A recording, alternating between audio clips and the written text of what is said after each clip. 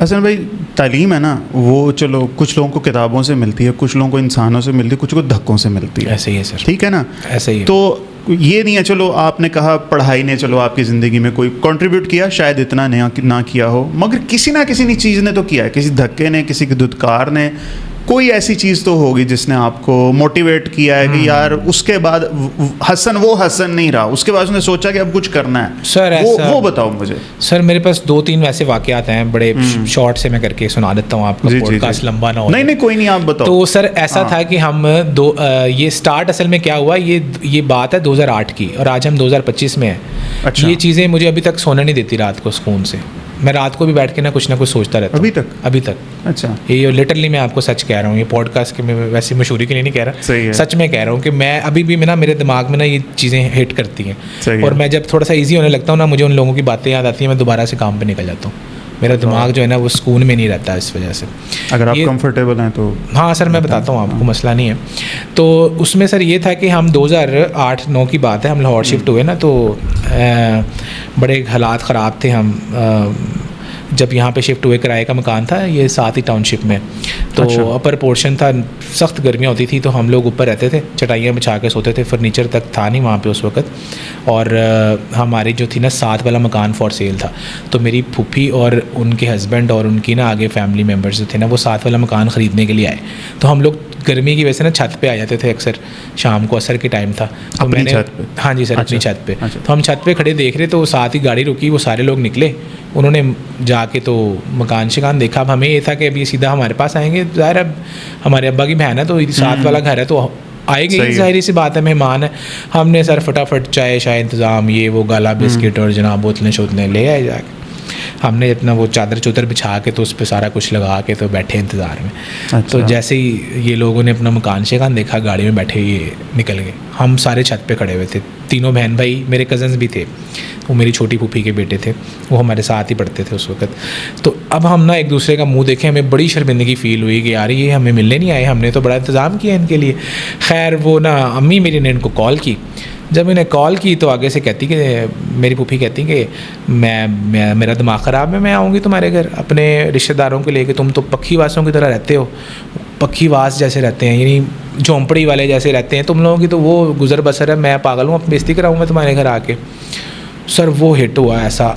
ये वो फूफी थी हमारी जो हर साल गर्मियों की छुट्टियों में सब बच्चे समेत, हम पहले होता था ना 3-3 माह के लिए अपने घरों में जाया करते थे, सारे एक घर में इकट्ठे होते थे, सारे कज़न्स, बहनों भाइयों के बेटे, फिर हम खेलना कूदना, ये वो वाला ज़माना था। ये वही वाले बच्चे बड़े हुए थे, हम वही बच्चे थे जो बचपन से इकट्ठे खेलते आ रहे थे। तो हमें जब वो चीज़ जब हिट हुई ना, मुझे लगा कि नहीं, ये रिश्तेदारी तो पैसे के साथ कनेक्ट है, ये ऐसे जुड़ी हुई है, ये बहन भाई आपसे मिलेंगे तब जब आप किसी जोगे होंगे, जो साफ उन्होंने कह ही दिया, अब इसमें पीछे रह तो कुछ नहीं किया।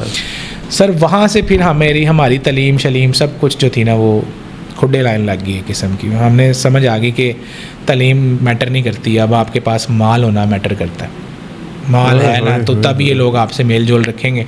फिर इनके मेल जोल, इनके तौर तरीके, इनके ये सब, मैं आपको क्या क्या सुनाऊँ। रिश्तेदारों की तो ऐसी ऐसी स्टोरियाँ हैं कि आपका पॉडकास्ट छोटा रह जाएगा। यानी ये लोग, यानी हम अब हैरान होते हैं इन लोगों को देखते हैं। उस वक्त हमारे पास कुछ नहीं था, उस वक्त हम पक्की वास थे तो हमसे मिलते नहीं थे।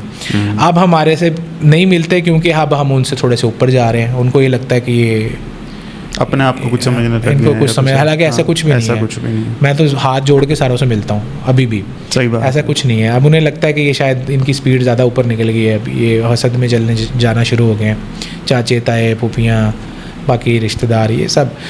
पहले हमें लगता था कि हम लोग गरीब हैं तो शायद इस वजह से नहीं मिलते। अब हमें लगता है कि अब शायद ये किसी बात का हसद है, इनको किसी तरह की तकलीफ़ है, हमसे इस वजह से नहीं मिलते। हम वही थे जब जैसे थे, बस वो जो दुख था ना वो अब दुख आपको तो फूफो का शुक्रगुजार होना चाहिए। शुक्रगुजारी है, अल्लाह ऐसी फूफो हमें भी दे। हाँ, लेकिन आप फील करें ना उस गम को। फिर ये फूफियाँ तो होती हैं हर जगह, इस तरह की फूफियाँ खालाएँ जो आपको डोज देती रहती हैं, आपने फील करना होता है। इसमें सारी फूफियाँ ऐसी नहीं होती, हमारी बहनें भी फूफी बनती हैं, वो अच्छी बनती हैं, हमारी फूफियाँ बुरी होती हैं। फूफियाँ नहीं, ये फूफी तो हमारा कुत्ता है, आपका कुत्ता सर फूफियाँ तो है ना, ये एक वर्ड है फूफी के साथ।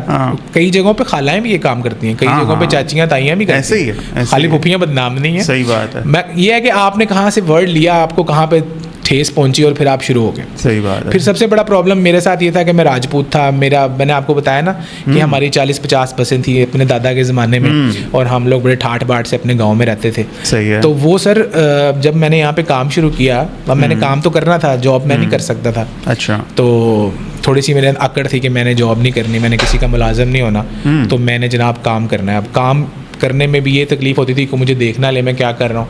मैट्रिक इंटर में हमने सबसे पहला जो बिज़नेस शुरू किया, यूनिक स्कूलों की जो कैंटीन थी ना, उस पर हम शवारमे बेचा करते थे। एक छोटा सा घर किराए पे लिया हमने उसके अंदर सारा सिस्टम बनाया, हम कैंटीन पे शवारमे बेचने जाया करेंगे और कैंटीन वाइज।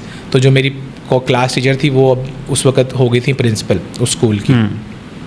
हमने अपनी मैडम से सिफारिश की कि हमें ना काइंडली हमारी प्रोडक्ट को, थैंक यू सो मच, हमारी प्रोडक्ट को ना आप काइंडली ये कैंटीन पे रखवा दें अगर क्वालिटी आपको अच्छी लगे तो। उन्होंने सर उनको चेक किया, उन्होंने हमें अप्रूव कर दिया, हमें 7 ब्रांचेस मिली यूनिक स्कूल की। ये हमारा पहला बिजनेस था सर। अच्छा सर, वो ये हुआ कि मैंने ना मुलाजिम रखे, तो दोस्त थे मेरे सारे, मुलाजिम नहीं थे वो, बेसिकली मेरे दोस्त थे।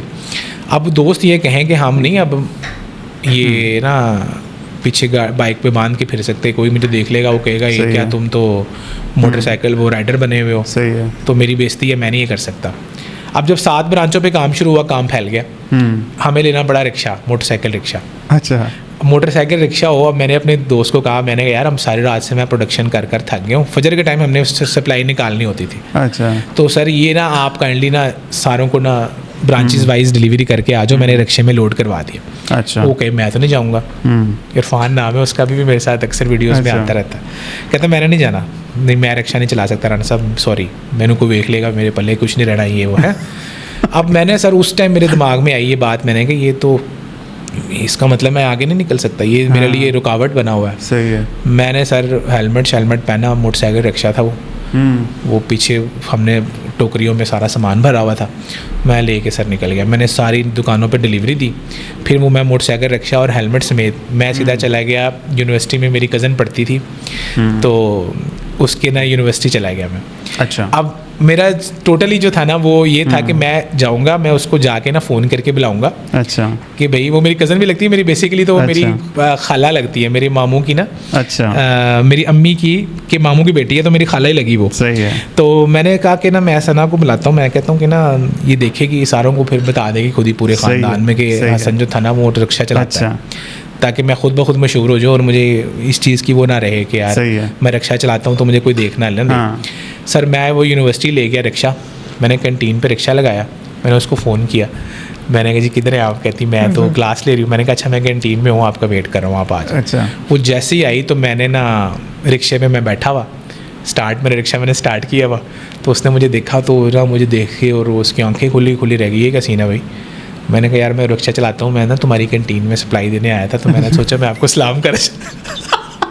फिर सर वो मैंने राजपूती मारनी थी अपनी, वो मैंने मारी सर, ऐसी कैसी मारी। अच्छा। उसके बाद तो सर कभी मैं प्रोडक्शन कर रहा हूँ, टिक्कियाँ बना रहा हूँ, शामी बना रहा हूँ, मेरे अंदर से वो ख़त्म हो गया मसला। सही है। अब मेरे वो मसला रहा ही नहीं, वो अल्लाह की तरफ से मार दिया आपने सर, मार दिया। और मैंने आपके प्लेटफॉर्म पे दुनिया को बता दिया कि मैं रिक्शा चलाता रहा हूं। ये सबसे बड़ी बात। तो अभी शवारा बनाता रहा हूँ, चटाइयों पे सोते रहे, क्या बात। ये सर ईगो मार के ना तो ज़मीन पे आ गए हैं, और सीधी सी बात है सर, जो दरख्त झुकता है ना उसी को फल लगते हैं। मैंने ये कहीं पे पढ़ा था, मैं उस पर फॉलो करता हूँ बस।